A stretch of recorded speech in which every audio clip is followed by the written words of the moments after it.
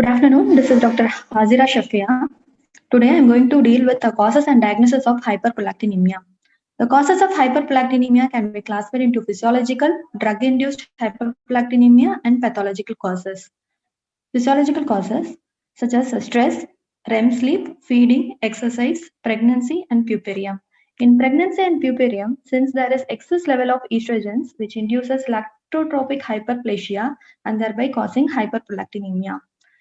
Sleep, particularly in REM sleep, there is excess release of prolactin. Hence, it is advised to take a sample for prolactin at least 1 hour after waking up from the sleep to avoid the effect of REM sleep. Stress, even minor stresses like a venipuncture, minor surgeries can cause a transient hyperprolactinemia. This is a regulation of prolactin secretion. Prolactin secretion is under tonic inhibition of the dopamine release from the hypothalamus. Serotonergic neurons project from the dorsal raphe nucleus to the medial basal hypothalamus and paraventricular nucleus and exert action via serotonergic receptors. The paraventricular nucleus, that is a major regulatory site in the hypothalamus, to secrete in serotonin-induced prolactin release contains neurosecretory cells producing prolactin-releasing factors such as oxytocin, vasopressin, and vasoactive peptides and TRH. Serotonin increases the prolactin levels through action of one or more of these prolactin-releasing factors, among which VIP pathway is most important. There is also some GABAergic neurons lies in the vicinity of the dopamine cells. This causes inhibitory effect on prolactin release. Thus, dopamine decreases the prolactin secretion and serotonin increases the prolactin secretion. So the drugs which decreases the dopamine synthesis, release and peripheral activity will cause hyperprolactinemia, and the drugs which increases the serotonin synthesis and release and peripheral activity will lead to hyperprolactinemia.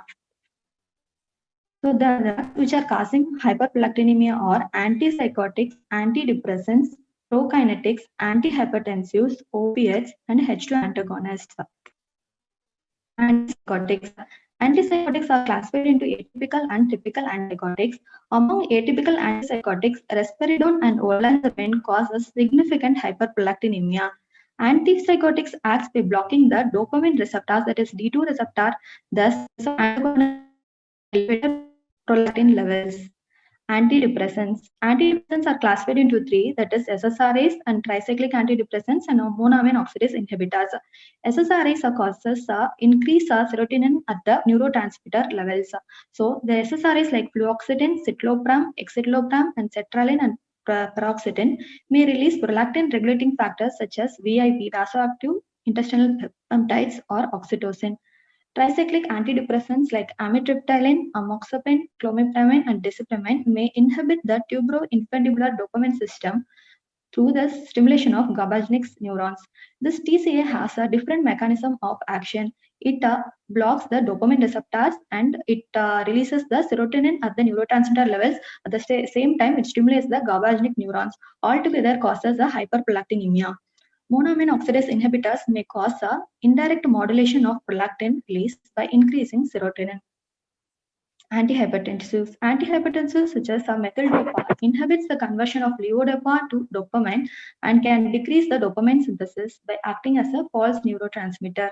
Reserpine can inhibit the storage of hypothalamic catecholamines in the secretory granules, which can lead to the depletion of the dopamine and other sympathetic biogenic amines. Verapamil blocks the hypothalamic production of dopamine. Estrogens. Various estrogen preparations causes hyperplasia of the lactose, thereby increasing the prolactin levels. Prokinetics such as metoclopramide and domperidone acts by antagonizing the dopamine receptor. H2 antagonists such as ranitidine and cimetidine also causes a hyperprolactinemia by inhibition of the dopamine release by blocking the D2 receptors and the H2 receptors. Opiates such as morphine codeine acts by stimulating opioid hypothalamic receptors. Pathological causes.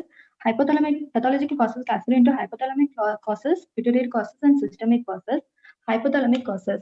Tumors such as craniopharyngioma, cystic glioma, and meningioma, and infectious diseases like tuberculosis, infiltrative diseases like sarcoidosis, Langerhans cells histiocytosis, cranial irradiation can cause hyperprolactinemia by affecting the dopamine release from the hypothalamus.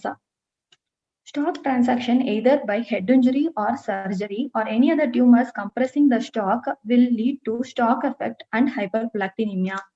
Pituitary causes such as prolactinoma, Cushing disease, acromegaly, infiltrated diseases of the pituitary and empty sella syndrome, and with metastasis from the other primary sites may also causes hyperprolactinemia. Systemic diseases. In hyperthyroidism, there is excess of a TRH, which is a prolactin inhibitory factor, thus causing hyperprolactinemia. 5% of the patients with hypothyroidism will have hyperprolactinemia. In renal failure and hepatic insufficiency, since there is a decreased elimination of the prolactin, there will be hyperprolactinemia. Other causes like neurogenic in chest wall injuries, herpes zoster, and breast surgery, ectopic prolactin production occur in RCC, renal cell carcinoma, ovarian teratomas, non-Hodgkin's lymphoma, and uterine cervical carcinoma. Polycystic ovarian syndrome. In PCOD, since there is excess of estrogen, which causes a lactotropic hyperplasia and thus causing hyperprolactinemia. When other causes are ruled out, it is idiopathic hyperprolactinemia. Prolactinoma. Most common functional pituitary adenoma. Prolactinoma accounts for 40% of the primary pituitary tumors. Microprolactinoma are more frequent in women, and macroprolactinomas are more frequent in men. It is more common in the females when compared to males, the ratio of 10:1. It occurs around the age of 20 to 50 years. Some growth hormone producing tumors may also produce prolactin. Prolactinoma are classified into microadenoma and macroadenoma. Macroadenoma when it is the size is less than 1 centimeter. The macroadenoma when the size is more than 1 centimeter. Microadenoma is usually secretory adenoma. Macroadenoma will not is a non-secretory and it causes mass effects. A stalk effect. Prolactin is the only pituitary hormone primarily under the inhibitory regulation. Injury to or the compression of the hypothalamus or the pituitary stalk from surgery or compression by any other tumor can cause modest elevation of the prolactin due to the decrease in the prolactin inhibitory factor, that is dopamine. Persistent post-op prolactin elevation may occur even after the total removal of the tumor as a result of injury to the stalk. This stalk effect usually will have the prolactin level less than 90 to 100 nanograms. If the prolactin level is more than 150 nanogram, then the stalk effect is doubtful. Then clinical manifestations of hyperprolactinemia in females. Hyperprolactinemia causes infertility, oligomenorrhea, amenorrhea, galactorrhea, hot flashes, vaginal dryness, headache, visual disturbances, and long-term effects such as osteopenia and osteoporosis. The clinical presentation of the hyperprolactinemia depends upon the level of prolactins.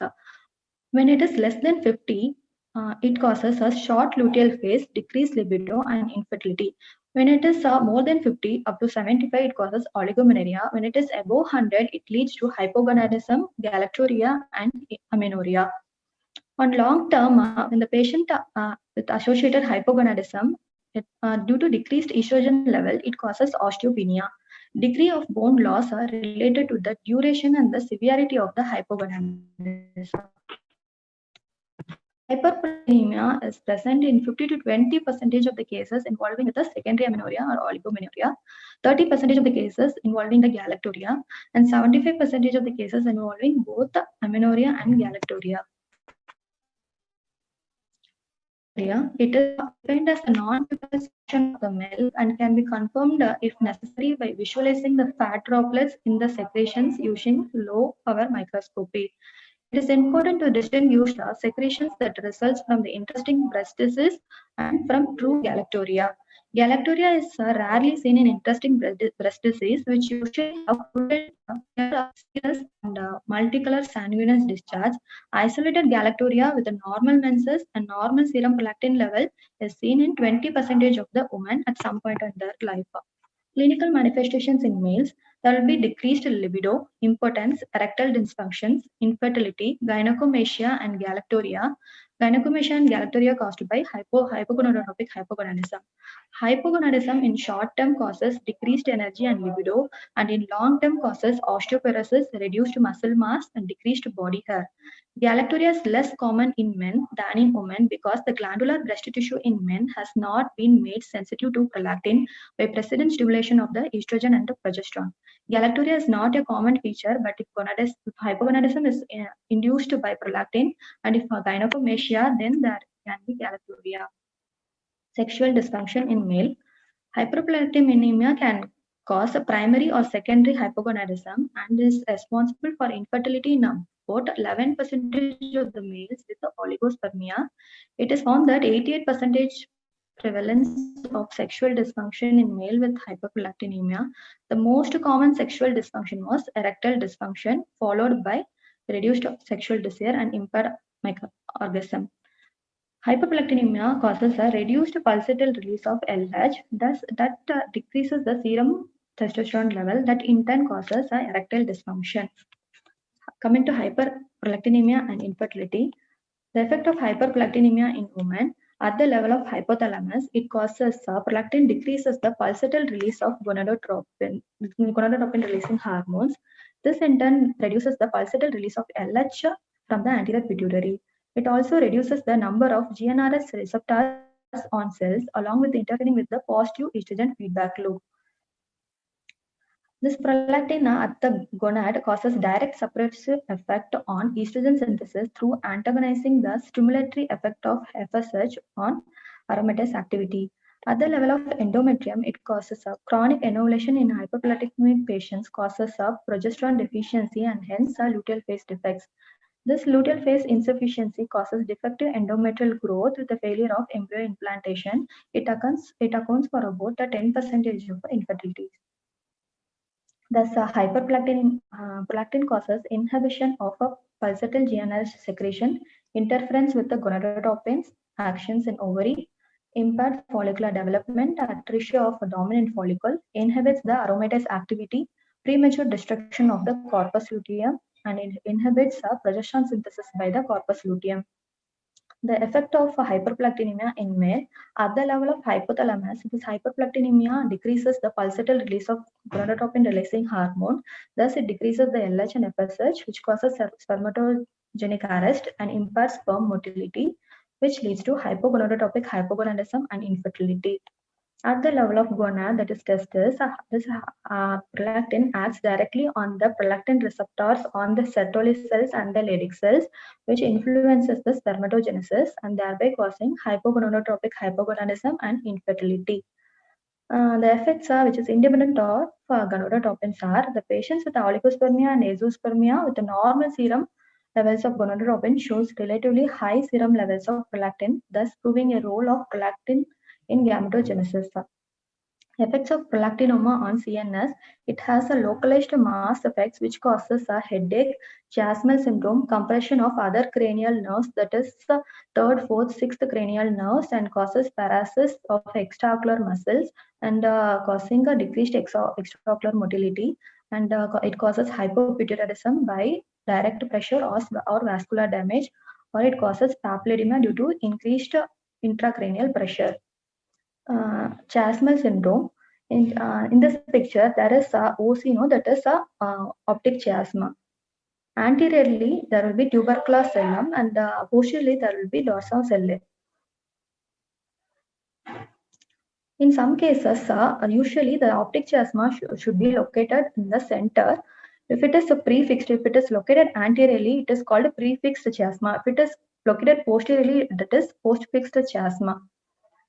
When the chiasma lies directly over the cella, the expanding pituitary tumor involves the chiasma first. If the chiasma lies anteriorly, that is more towards the tuberculum cellae, pituitary tumors involve the optic tract first. If the chiasma lies more posteriorly towards the dorsal cellae, the pituitary tumor will involve and damage the optic nerve first. So, when the chiasma lies in the center, it causes a bitemporal hemianosmia due to direct effect of the pituitary tumor on the chiasma. It occurs in 80% of the cases. When the chiasma is prefixed, that is towards the tuberculous cell, the pituitary tumor that affects the optic nerve first, it causes contralateral hemianospina. When the chiasma is postfixed, that is towards the dorsum, the pituitary tumor affects the optic nerve first, it causes monocular deficit. Then coming to diagnosis of hyperprolactinemia.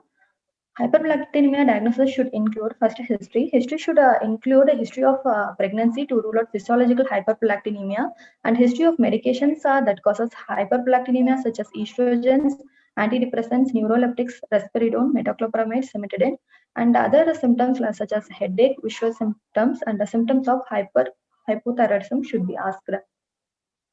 Physical examination should include the visual field examination to test for any chiasmal syndrome, such as bitemporal field loss, and signs of hypothyroidism and hypogonadism should be looked.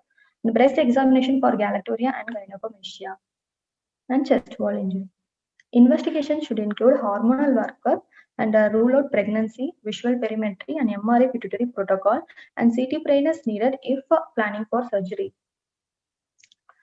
The prolactin levels under significance. Usually, the prolactin level will be it should be less than 30 nanograms. In non-pregnant female, it should be less than 30 nanogram per ml. In pregnancy, it can raise up to 400. In postmenopausal women, it is below 20. When the prolactin level is between 25 to 150, it is moderate elevation, which is seen in microprolactinoma and stalk effect and other causes such as drugs, renal insufficiency, hepatic insufficiency, and hypothyroidism. When the prolactin level is more than 150, it is a significant elevation. It can occur only in the macroprolactinoma and in drugs like risperidone, which is an antipsychotic. This slide shows the ranges of serum prolactin concentration in several causes of hyperprolactinemia. In macroadenoma, the levels will be more than 150. In microadenoma, it will be less than 150. In other pituitary and hypothalamic causes, it will be less than 150. In pregnancy, the level goes up to 400. In stress, it will be less than 100, around the range of 50. In the drugs, it will be less than 150. Only in macroadenoma, the levels goes beyond 150. Other hormones such as FSH, LH, thyroid profile should be done, and growth hormone should be measured, and the renal function test and the liver function test. Hook effect. If a large pituitary tumor is found with the mildly elevated prolactin levels, serial dilution of the serum must be done to test for hook effect. High serum prolactin levels causes saturation of the antibodies in the two-site immunometric assay. This results in direct binding of prolactin to the second antibody and less availability of the later to bind to the first antibody, that is coupling antibody.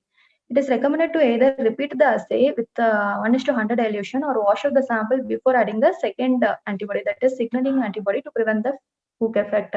This picture shows hook effect. In the first picture, there is a prolactin which should be bound by two antibodies.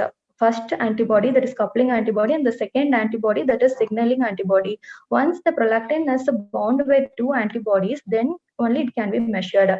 In hook effect, what means if there is a more level of prolactin, these first antibodies and the second antibodies will bind to prolactin, and the prolactin will be measured only when it is bound by both antibodies.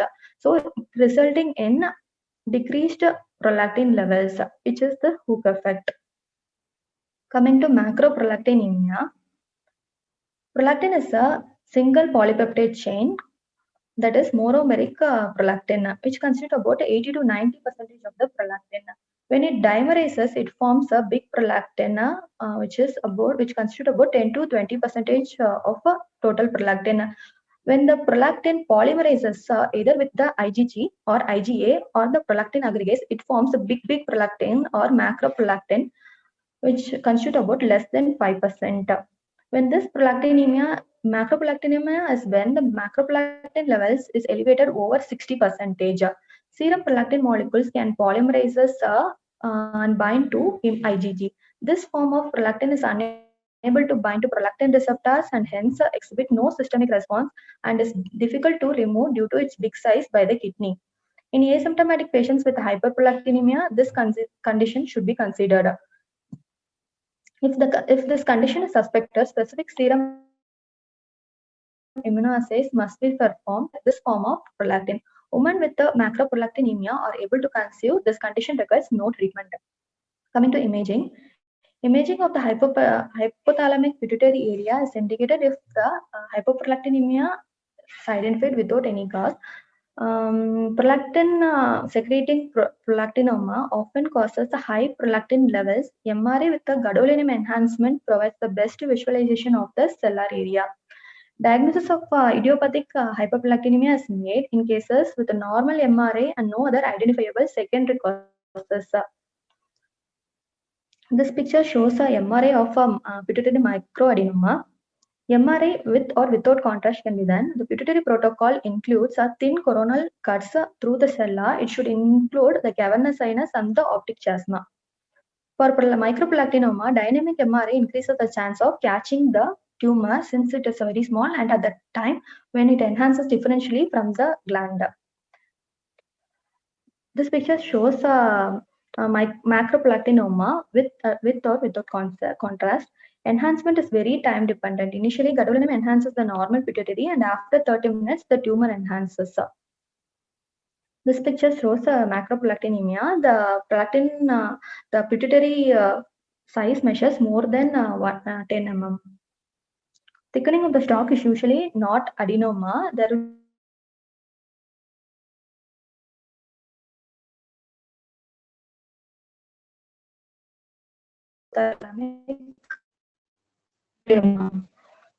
of the prolactinomas. This radiological classification is mainly based on the invasion of the tumor and its supracellular extension. Based on the invasion of the tumor, it is divided into 5 grades. The grade 1, when it is the pituitary gland is normal. Grade 1, when the microadenoma enclosed within the sella turcica. Grade 2 is macroadenoma enclosed within the sella turcica. And grade 3, when the tumor invades the sella turcica locally. And grade 4, when the tumor invades the sella turcica diffusely. Grading based on the supracellular extensions or 5 grades. Grade A, when the tumor size is 10 mm and the supracellular extension should be 10 mm occupying the supracellular cistern. Grade B is a 20 mm extension and elevation of the third ventricle. And grade C is 20 to 30 mm extension occupying the anterior part of third ventricle. And grade 4 is either with a grade C with the lateral extension, that is grade C, the tumor occupying the sella turcica, so supracellular area involving the third ventricle with the lateral extension, or the larger tumor of more than 30 mm beyond invading beyond the foramen of Ovid, montoforamen. So, hyperprolactinemia, you should ask a detailed history regarding the drugs and rule out the physiological etiologies, and always repeat the prolactin levels. If it is elevated, and you have to check the TSH level. When the TSH level is elevated, treat the hypothyroidism.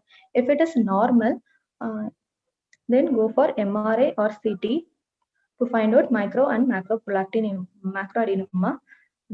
Thank you. So totally how many speakers are there today? 3 or 2? Hello, 3 ma'am. We have 3 ma'am. Yes, yes. So what all you have covered? Causes and diagnosis. Yes ma'am. Who is covering the laboratory aspect? Its measurements, the mechanism of the laboratory tests, all those things. Maintenance speaker. Causes and diagnosis. So what are the other speakers talking? You have not covered the laboratory aspect. What time it is measured? What if one value is high? And what about pooling samples? What about the challenges which are faced while measuring the prolactin, especially when it is high?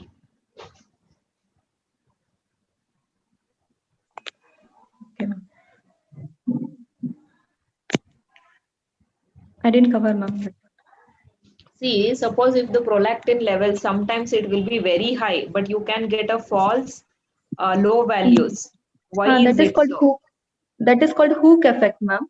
Tell Uh, me hook in, effect.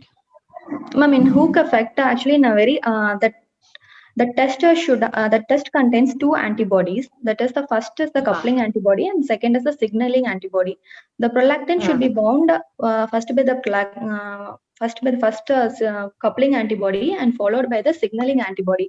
When the prolactin is bound by two antibodies, then only it can be detected. In what happens in hyperprolactinemia are due to increased level of prolactin. This first antibody and second antibody will bind to separate different prolactin molecules. So the second antibody will not be available to bound with the antibodies which are already bound by the first antibody prolactin. So what we should do is, after adding the first antibody, we should wash out the sample, and then we have to add the second antibodies. Either we can do that, or we can dilute the sample in the ratio of 1:100, and we can do that are the two ways to avoid the hook effect. Suppose if you get one prolactin value of 40, so Yes, ma'am. are you going to start off the treatment for patient, or what is your plan?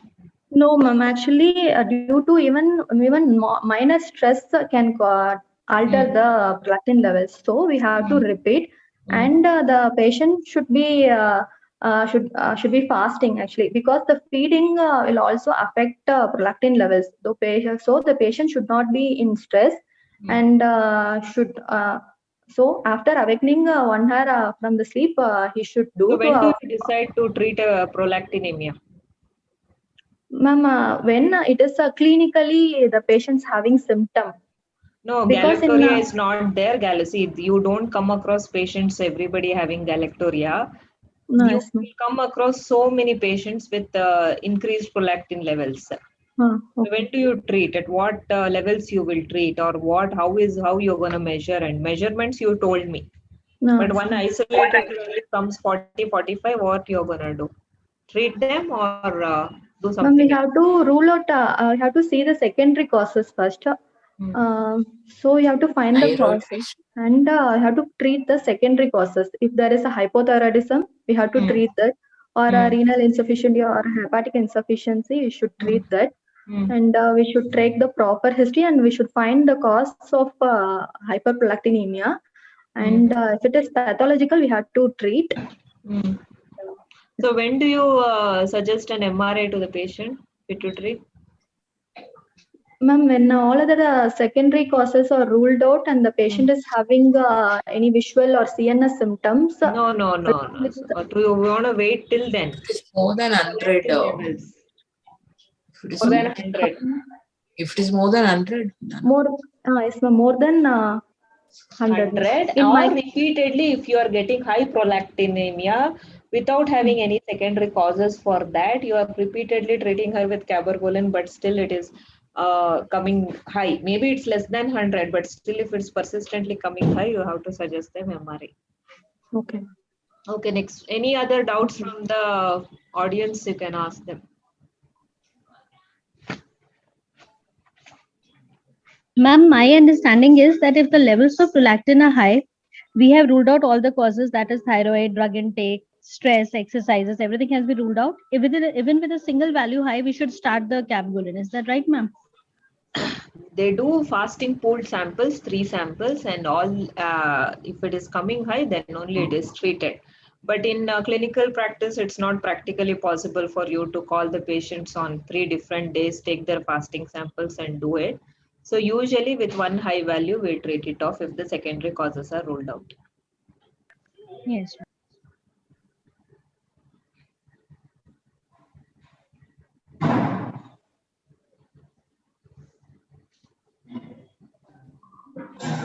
Ma'am, can we start with the next presentation, ma'am? Yes. Yeah, Dr. Chandramouli or Dr. Kiran, whoever is ready can start quickly. How many minutes was assigned for Dr. Hazaria? Ma'am, 3 it is 1 hour, so it should not be more than 20 minutes, ma'am. So is she within 20 minutes? No, ma'am, it has gone exactly 12, no? 12:15. Yeah, ma'am, she is, ma'am. Okay. Yeah. Yeah. Dr. Kiran? Yeah, I'm just sharing the screen. Give Yeah, me 5 minutes. please. Dr. Hajira, please stop sharing your screen so that the other person can share the screen. Is it visible? My screen is visible. Yes, ma'am. Management of So can I hyper. start? Yes, ma'am. Please go ahead. Okay. Good afternoon. I'm Dr. Kiran, and my today's topic is management of hyperprolactinemia. So the indexes, etiology and diagnostic evaluation has already been explained by Dr. Hazira. So I'll be starting with the management.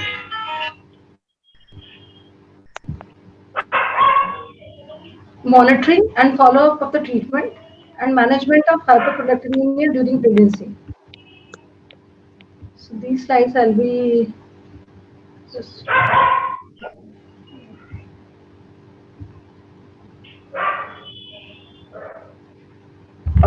this is a flowchart to plan the treatment. Once the hyperprolactinemia has been established, after we have taken the history, we have ruled out the drug causes, physiological causes. We repeat the prolactin level again, and suppose it comes elevated, we do a TSH level, and suppose TSH is elevated, we treat the hypothyroidism first, and then we repeat prolactin and TSH in 6 to 12 weeks.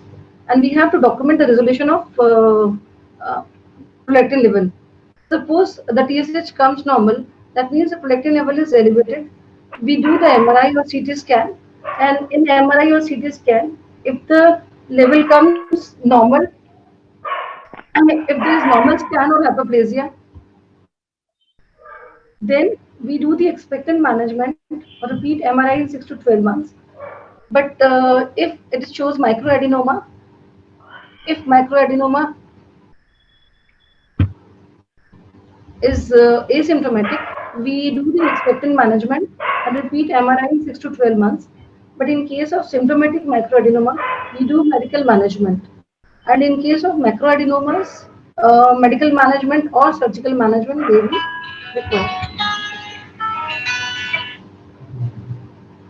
So the management of hyperprolactinemia has been divided into three groups. Group 1 involves idiopathic or microadenoma, which is associated with hyperprolactinemia. These cases can be managed medically alone. The group 2 involves hyperprolactinemia with macroadenoma. This group needs fertility management in combination of drugs and surgery or radiotherapy.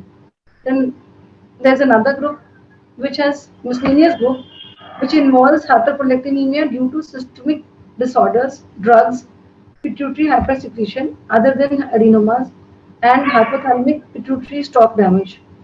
Treating the underlying etiology brings prolactin level back to normal in these cases. Am I audible? Yes, Hello?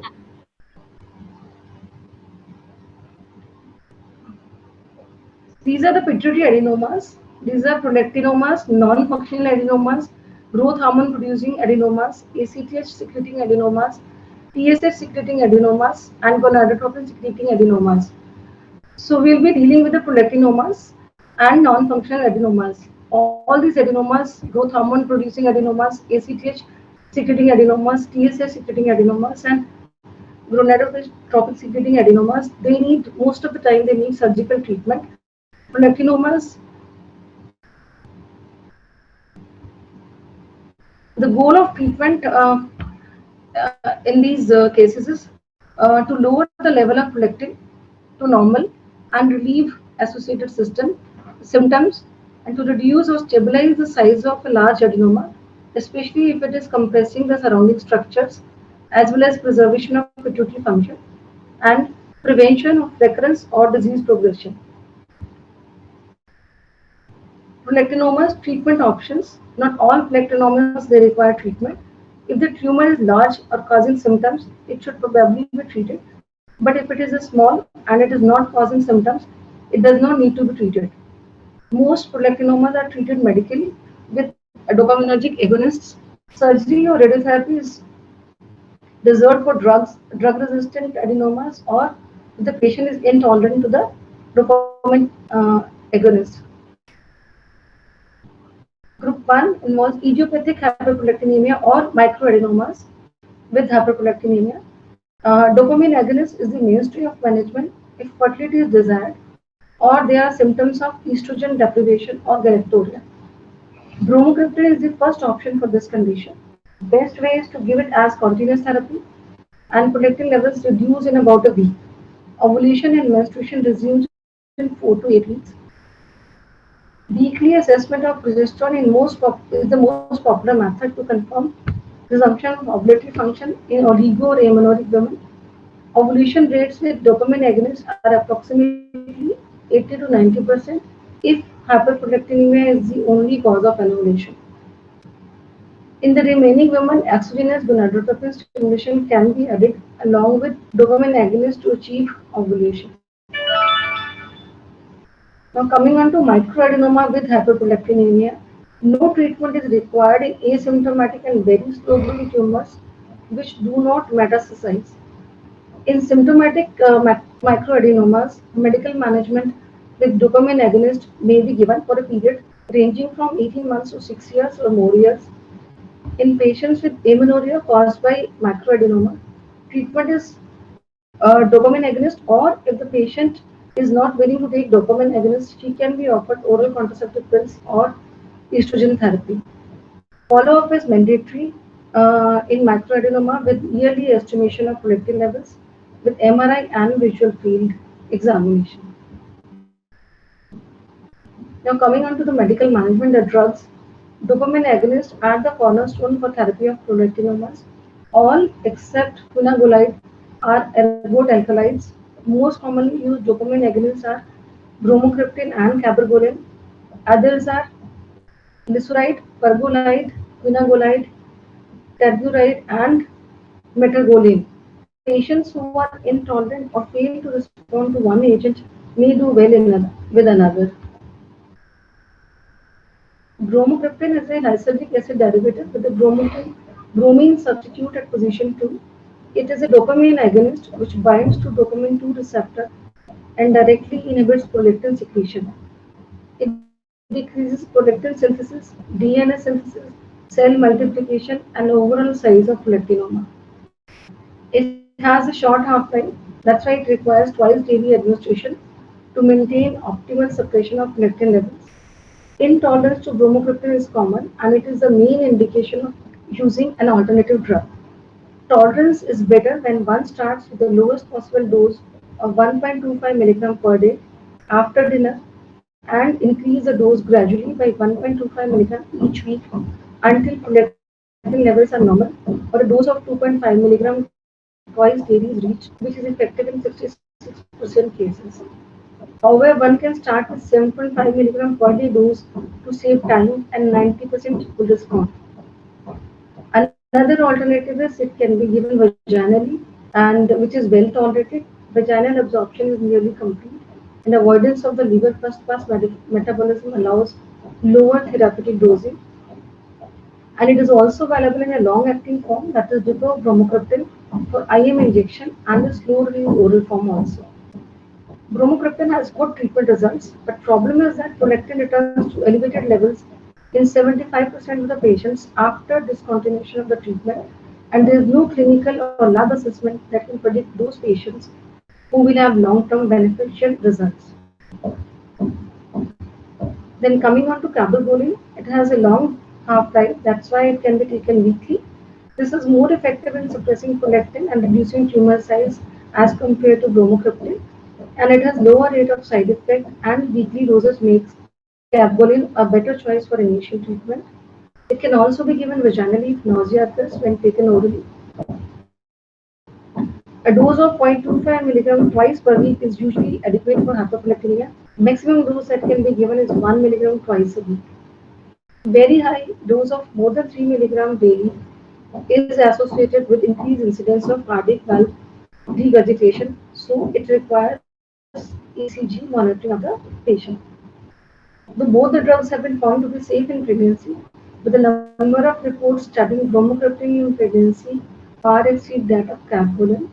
There is another drug which is under trial, that is kisspeptin. When it is administered exogenously, has the ability to reverse the hypogonadotropic effects of hyperprolactinemia and can also restore pulsatile secretion. Treatment with kisspeptin or kisspeptin agonist has potential therapeutic implications in fertility restoration in the future.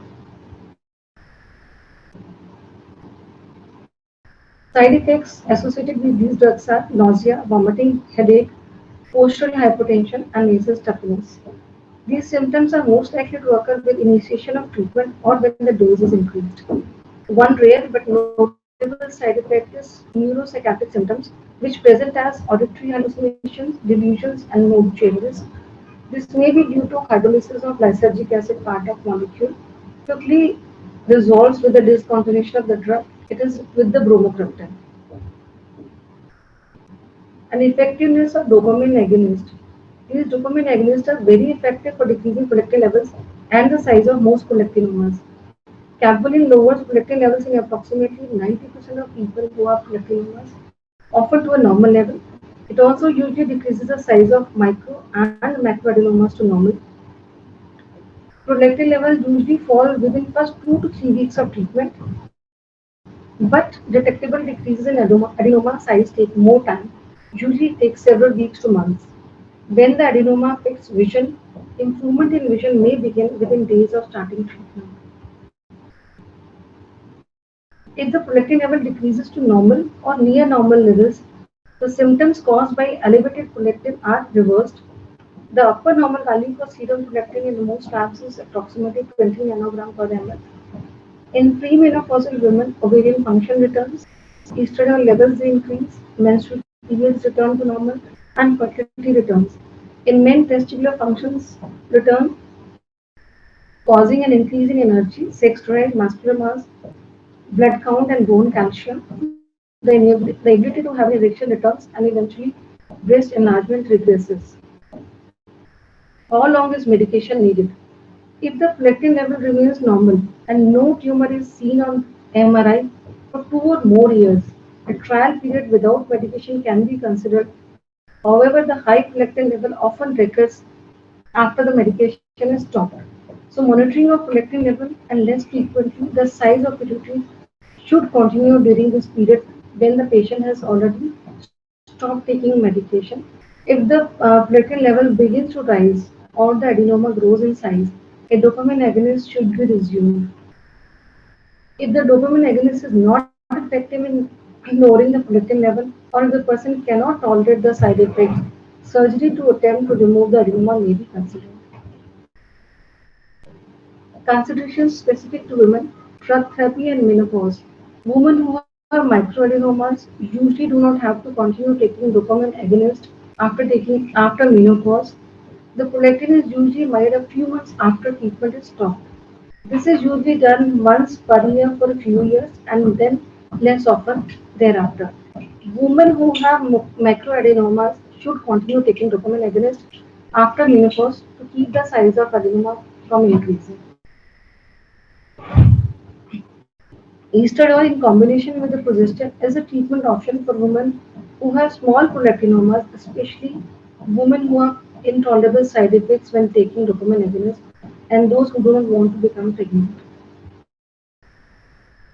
Then coming on to macroadenoma with hyperprolactinemia. The aim of treatment is reduction in tumor mass, restoration of fertility, prevention of bone loss, and suppression of galactoria. Dopamine agonists are the first line of treatment. We utilize as low as a dose possible. Once shrinkage has occurred, the daily dose should be progressively reduced until the lowest maintenance dose is achieved. Serum prolactin levels are checked every 3 months until stable. Withdrawal of drug can be associated with expansion of tumor, so treatment must be continued for several years. Visual field effect study and MRI is done after 1 year to establish a tumor reduction. Surgery is recommended for supracellular extension, for resistant tumors, non-compliance with the drug, side effects with the drugs. And radiotherapy is also reserved for refractory tumors and for patients in which there is an intolerance to the medication. Pregnancy should be deferred until repeat imaging confirms shrinkage of macroadenoma. Macroplatinoma, they regress with medication, but the response is variable. Some show prompt shrinkage with low doses, while others may require prolonged treatment with higher doses. Reduction in tumor size can take between several days to weeks.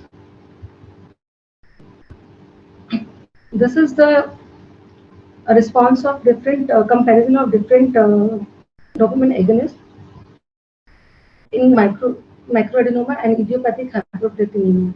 So in bromocriptine treated patients, in 76% patients the prolactin level was normalized, but in capvalin in 89% the patients have normal prolactin levels, and with pergolide it was 87%.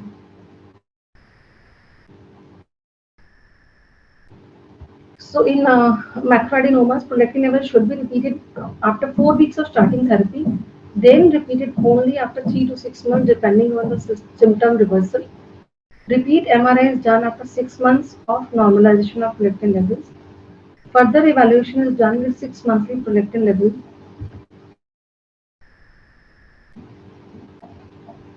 Then coming on to the surgery, that is transnasal transphenoidal microsurgical excision of prolactinomas. It is indicated in those cases where visual field defects are still they are unresponsive to medical therapy. Macroadenoma is unresponsive to medical therapy. The patient is intolerant to dopamine agonist therapy. In cases of pituitary apoplexy or CSF rhinorrhea, it is also recommended for very large tumors, those with supracellular and frontal extension, and visual field impairment persisting after medication, or if the patient refuses long-term treatment and wants to plan for pregnancy. In cases of mixed secreting tumors such as prolactin and growth hormone secreting tumors. Results with the surgery, fertility is restored in 80% of the patients, and in 75 to 90% of the patients there is immediate post-op normalization of prolactin level. The drawbacks are surgical risks are involved. Hyperpituitarism is a potential long-term effect of surgery. Excision is usually incomplete and therefore relapse occurs even though prolactin levels are lower than before, and hyperprolactinemia recurs in 15 to 20% of the patients. Scanning after surgery should be reported only if symptoms reappear or exacerbate. And these are the results of surgical excision of prolactinomas. Prolactin levels become normalized in microadenoma in 80 to 90% of the cases. Patients, and in macroadenoma only 20 to 50% of the patients. Recurrence occurs in 10 to 20% of the patients in both micro and macroadenomas, and long-term normalization of the symptoms and prolactin level is in macroadenoma is 60 to 80%, but in macroadenoma it is 10 to 40%.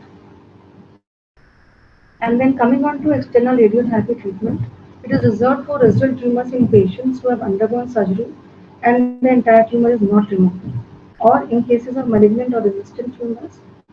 It is of very limited benefit in the treatment of these tumors since the response is typically quite modest and delayed. The patient should be warned that such treatments carries a risk of birthing hypopituitarism and another neoplasm.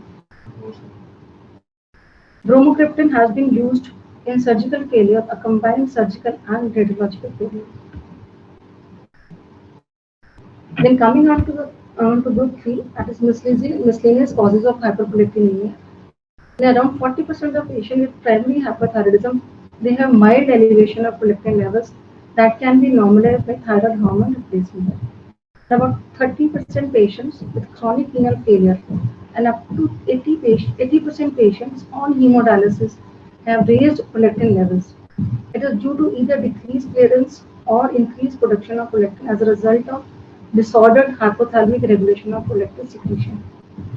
Correction of renal failure by transplant results in normal prolactin level. Then coming on to management of drug-induced hyperprolactinemia.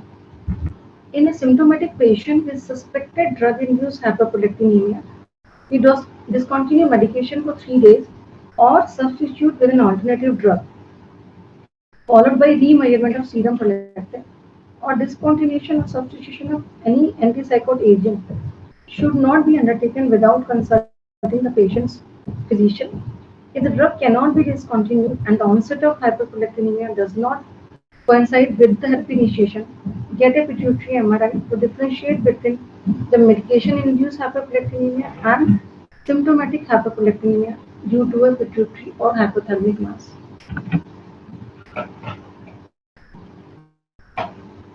Do not treat patients with asymptomatic medication-induced hyperprolactinemia. Use estrogen or testosterone in patients with long-term hypogonadism, hypogonadal symptoms, or low bone mass related to medication-induced hyperprolactinemia. The first step in treatment of medication-induced hyperprolactinemia is to stop the drug if this is clinically feasible.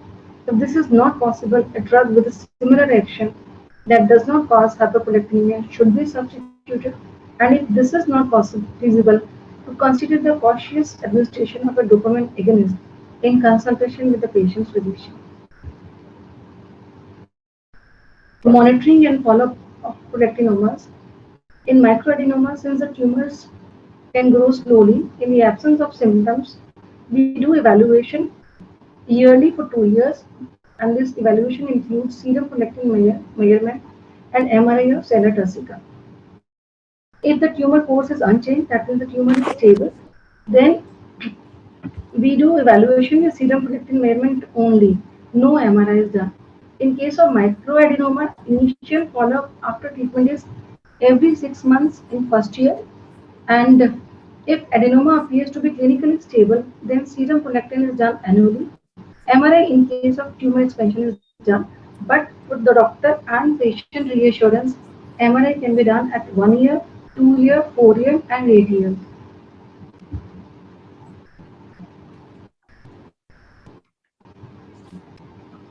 Tumor expansion and recurrence after surgery or radiotherapy, it needs treatment with dopamine agonist.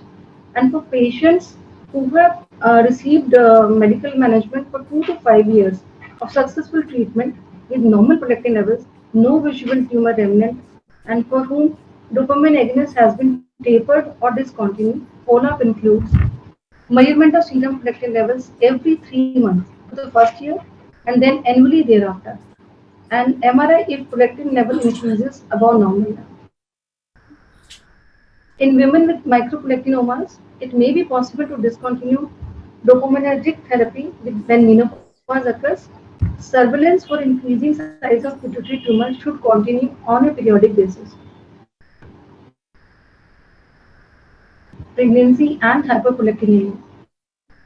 A woman who has a prolactinoma and wants to get pregnant, the woman should speak with an endocrinologist specialist before attempting to become pregnant. Issues to address include which treatment is best before trying to conceive, when to discontinue dopamine agonist treatment, the chance that the adenoma will grow during pregnancy, what would be done if it does grow, and whether or not breastfeeding is advisable. These considerations are influenced greatly by whether the adenoma was less than 1 centimeter, that is, it was microadenoma, or it was a macroadenoma prior to treatment. Pregnancy with prolactinoma. In microadenomas, they rarely increase in size during the course of pregnancy. The best treatment to restore fertility in women with the microadenoma is the dopamine agonist. Capgone is more effective in decreasing blood prolactin levels and adenoma size than bromocriptine. Neither capgolin nor bromocriptine appear to increase the risk of miscarriage or birth defects when taken to restore fertility and discontinued early in pregnancy, but more information supports the safety of bromocriptine during pregnancy.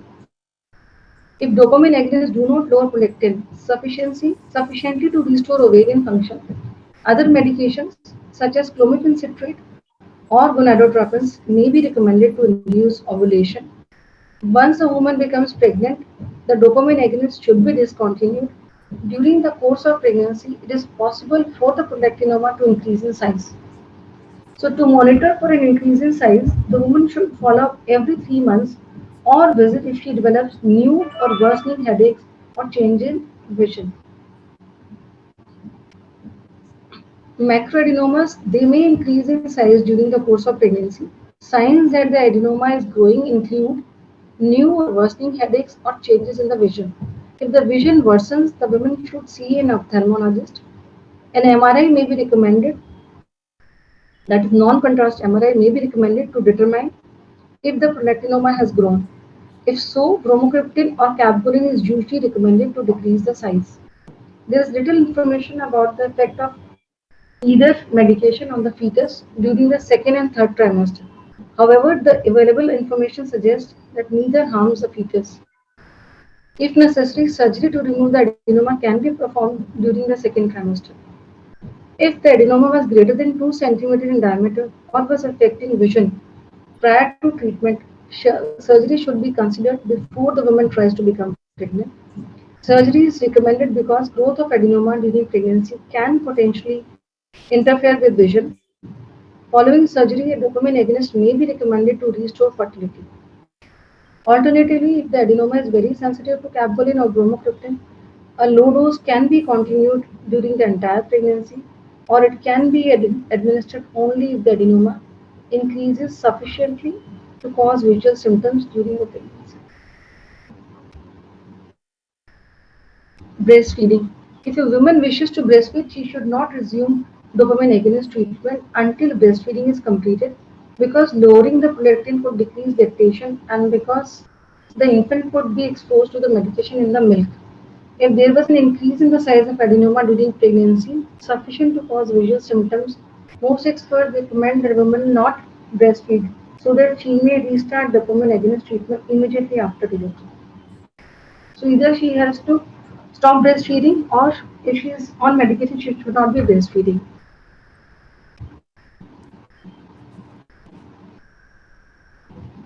This is again a chart of treatment based on MRI of pituitary. Suppose after MRI we find that it is patient it is normal, that is there is no tumor in pituitary, but the patient is symptomatic, or there is a microadenoma and the patient is symptomatic, or there is a macroadenoma. Suppose the patient is having hyperprolactinemia but symptomatic and no pituitary tumor, and in cases of symptomatic macroadenoma, dopamine agonist is the treatment of choice. Then, once prolactin levels are achieved normal, we measure the prolactin levels every 4 to 6 months. And if after dopamine agonist therapy, prolactin levels are reduced, but still the patient is symptomatic, we can consider pituitary surgery. But if the patient is asymptomatic, we measure the prolactin levels every 4 to 6 months. And in third case, if the prolactin levels are still elevated after 6 months of therapy and the patient is symptomatic, we should consider pituitary surgery. In cases of macroadenoma, we measure other pituitary hormones also to exclude associated deficiency or excess, like TSH, growth hormone, cortisol level, urinary cortisol level, and serum alpha subunit of FSH. And suppose there is isolated prolactin excess, then we give dopamine agonist therapy and we follow up with the prolactin levels. And if the prolactin levels become normal and the patient is asymptomatic, we measure prolactin levels every 4 to 6 months, and MRI is done every 1 to 2 years. But if there is a stock effect, prolactin level is not high enough for the size of tumor, we do pituitary surgery or is recommended.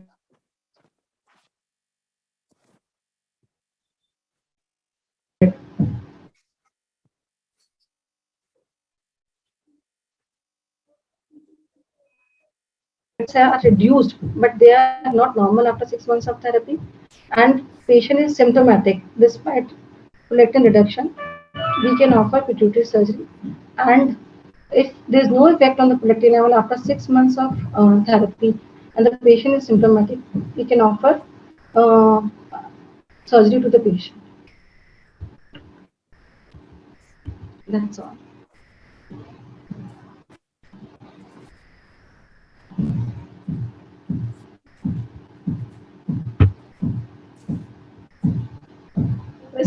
the audience?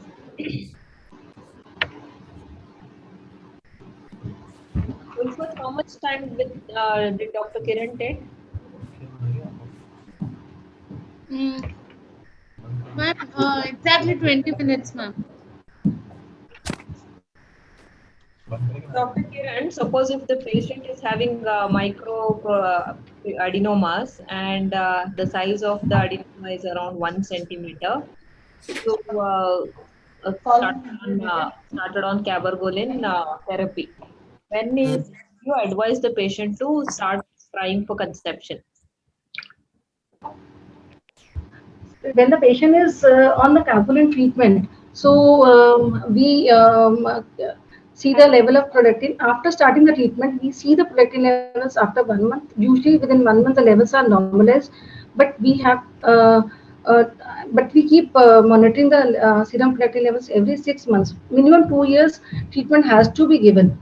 And when the levels of prolactin are serum prolactin are stable, they are within the range for 2 years, and the tumor is not progressing, then we can advise a patient to start conception, because if we stop the treatment, the chances of tumor regrowth and progression are very much likely with these medical After management. therapy, you will ask the patient to wait for 2 years.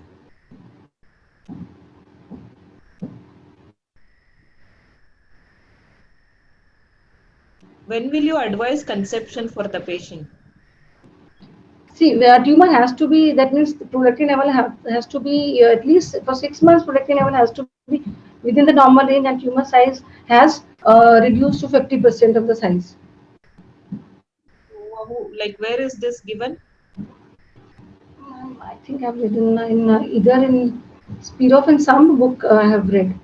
So it's like 50% reduction, or 6 months you have to monitor. If it is less, then only you will advise.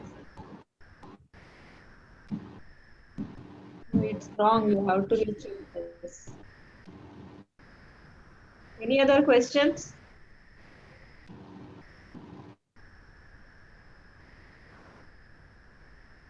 Ma'am, what is the answer? That you have to read, quote it, and tell me. And I see that in slides, no, there is no inclusion of recent advances. You are giving, okay, this is the time where the patient can try conception and all, but you are not quoting from where you have taken all these things.